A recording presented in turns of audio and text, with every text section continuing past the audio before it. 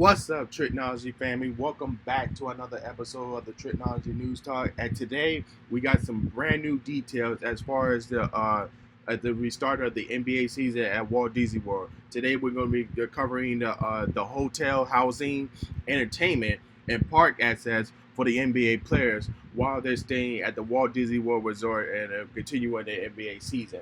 So without further than that, let's get straight into it. As far as the housing, they announced the three resorts that the NBA players is going to be staying at. First, let's go through the list. So,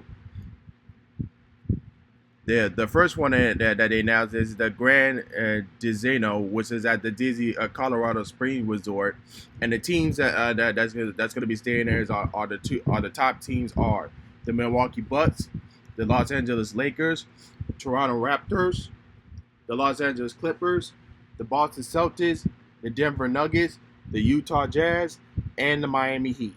And that's going to be staying at that resort, at that hotel. The next one up is the Grand Floridian. And the teams that are going to be staying there are the Oklahoma City Thunder, the Philadelphia 76ers, the Houston Rockets, the Indiana Pacers, the Dallas Mavericks, the Brooklyn Nets, the Memphis Grizzlies, and the Orlando Magic. And last but not least, the Yacht Club, which the teams are going to be staying there are the Portland Trailblazers, the Sacramento Kings, the New Orleans Pelicans, the San Antonio Spurs, the Phoenix Suns, and the Washington Wizards.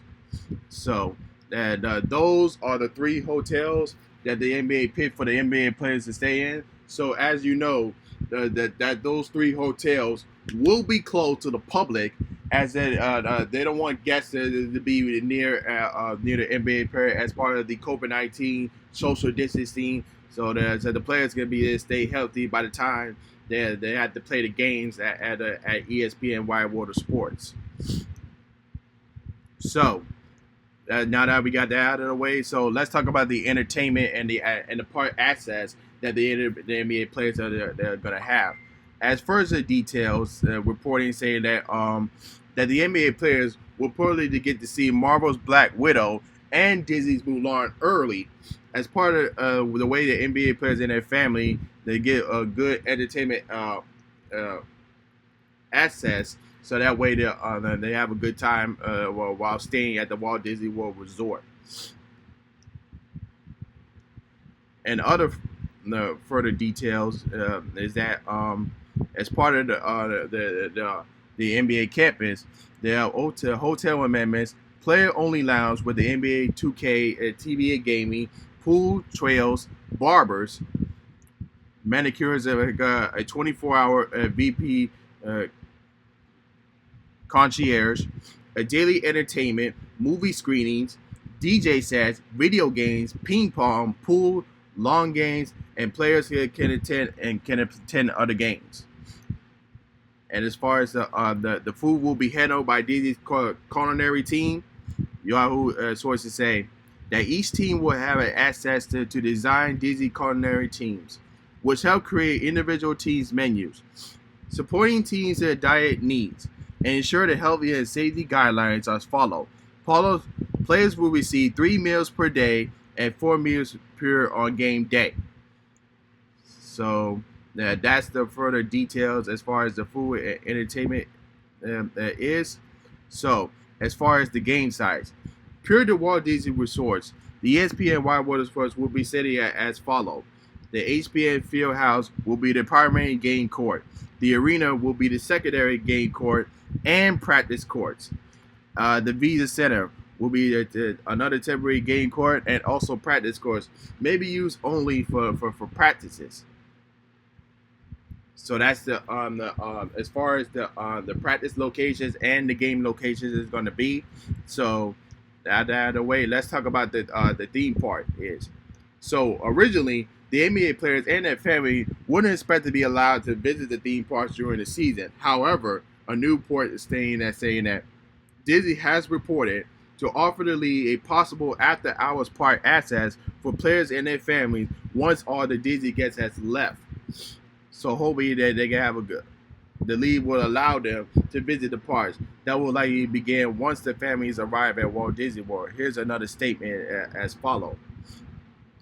Disney security will be trained to recognize NBA personnel, but not all reported on the movement. Any movement in and out of the BBC sources will be tracked by a combination effort of the Disney security and the NBA security. There is a potential that the special access to the theme parks and the attractions will be organized, arranged. But there will be at the solo district of the NBA. It will likely happen after the families arrive and will be held after hours following the day gets the departures. The NBA handout will include a list of possible insecure at Walt Disney World, including the NBA Experience, Disney's Animal Kingdom, and Disney's Wild African Track. So that's the further details as far as what the NBA camp is going to look like and what the, the entertainment is going to look like. And so back to the as far as the NBA players gaining access to Marvel's Black Widow. Per the Walt Disney sources, Disney will make movies available for players and their family once they join. This is likely to include movies that have not been released to the general public, including Marvel's Black Widow. So, when you think about this, it's like Mulan. Wait, hold on. There's another sources here. And look at it. In addition to Black Widow, it seems that the unlikely release films could be include Mulan and Jungle Cruise, which also been delayed. As of right now, Mulan is set to release it on January 24th, putting it before the start of the NBA season. However, there is a chance that possibly will make a Disney Unleashed option for the players. So when they watch these movies, they probably not going to spoil it, but they're probably going to say, "Oh, this movie was great," or like this movie was bad, or something. But they're not going to probably go spoil it for all of us in there. So that's a good way to try to entertain the NBA players while they're staring, like I mentioned, while they're staring at the NBA resort. So, as further than that, let's look at the image of what the NBA campus is going to look like.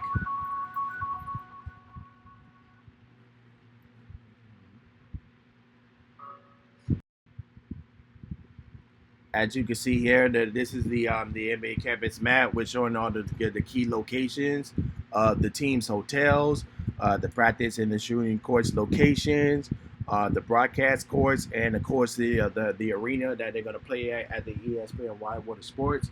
And at this time, you guys can pause the video at the moment to take a look at the map of the NBA campus at Walt Disney World. But that's going to do it for our episode for today. Let me know your thoughts and opinions on the NBA camp at Walt Disney World. Leave your comments down below in the comment section. Don't forget to like, share, subscribe, and hit the notification bell when new episodes are uploaded. And other than that, this is Trico, and I'm signing off. Peace.